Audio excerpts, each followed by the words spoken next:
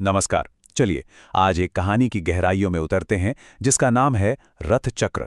ये कहानी है जिम्मेदारी की, त्याग की और समय के उस पहिए की जो कभी नहीं रुकता।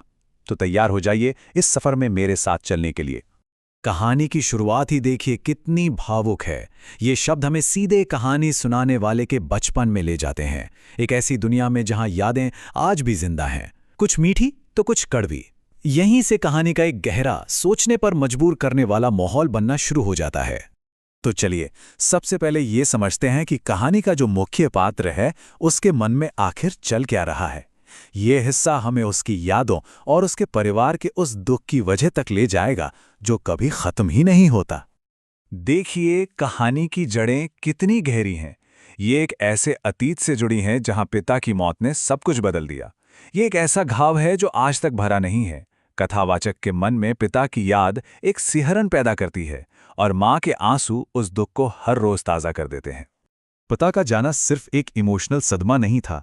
सच पूछिए तो इसने तो पूरे परिवार की दुनिया ही पलट कर रख दी थी, जिंदगी की दिशा ही बदल दी थी। अब देखिए हुआ क्या। पिता के जाने के बाद सारा का सारा बोझ आ गया छोटे बेटे यानी हमारे कथावाचक के कंधों पर।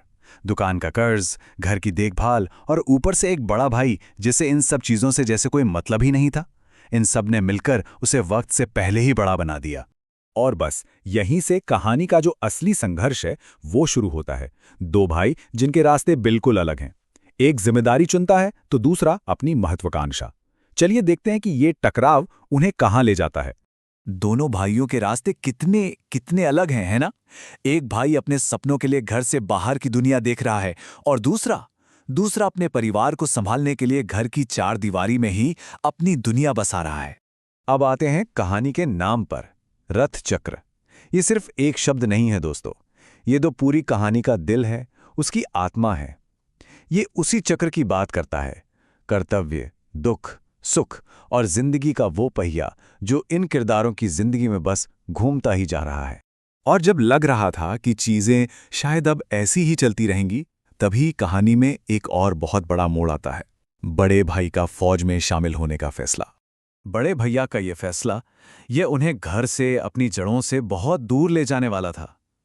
उनका करियर उन्हें एक ऐसी दुनिया में खींच रहा था जिसका उनके परिवार की सीधी साधी जिंदगी से कोई वास्ता नहीं था। और फिर घर पर एक चिट्ठी आती है और उसकी बस एक लाइन, मैं बांग्लादेश के मोर्चे पर हूं। सोचिए, घर पर बैठे परिवार के लिए ये शब्द क्या मायने रखते होंगे। अब युद्ध सिर्फ एक खबर नहीं था, वो एक हकीकत बन चुका था, एक डरावनी हकीकत। इसका सबसे गहरा असर जाहिर है मां पर पड़ता है।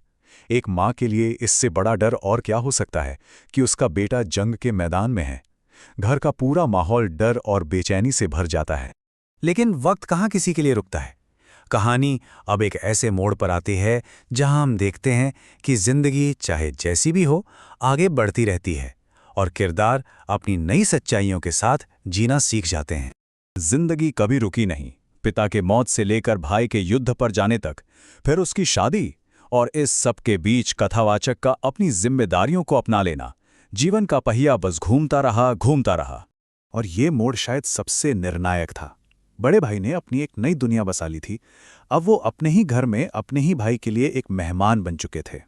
उनके बीच की दूरी अब सिर्फ मीलों की नहीं बल्कि जिंदगियों की भी हो गई थी। और ये बदलाव अब साफ दिखने लगा था।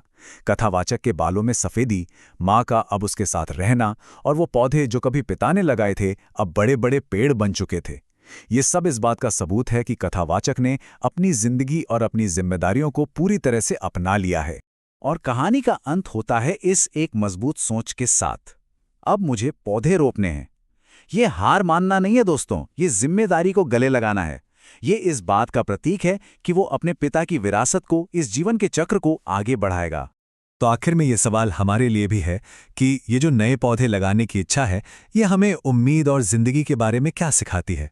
शायद यही कि हर मुश्किल, हर दुख के बाद भी इंसान के अंदर एक नई शुरुआत करने की उम्मीद हमेशा जिंदा रहती है। इस पर सोचिएगा जरूर।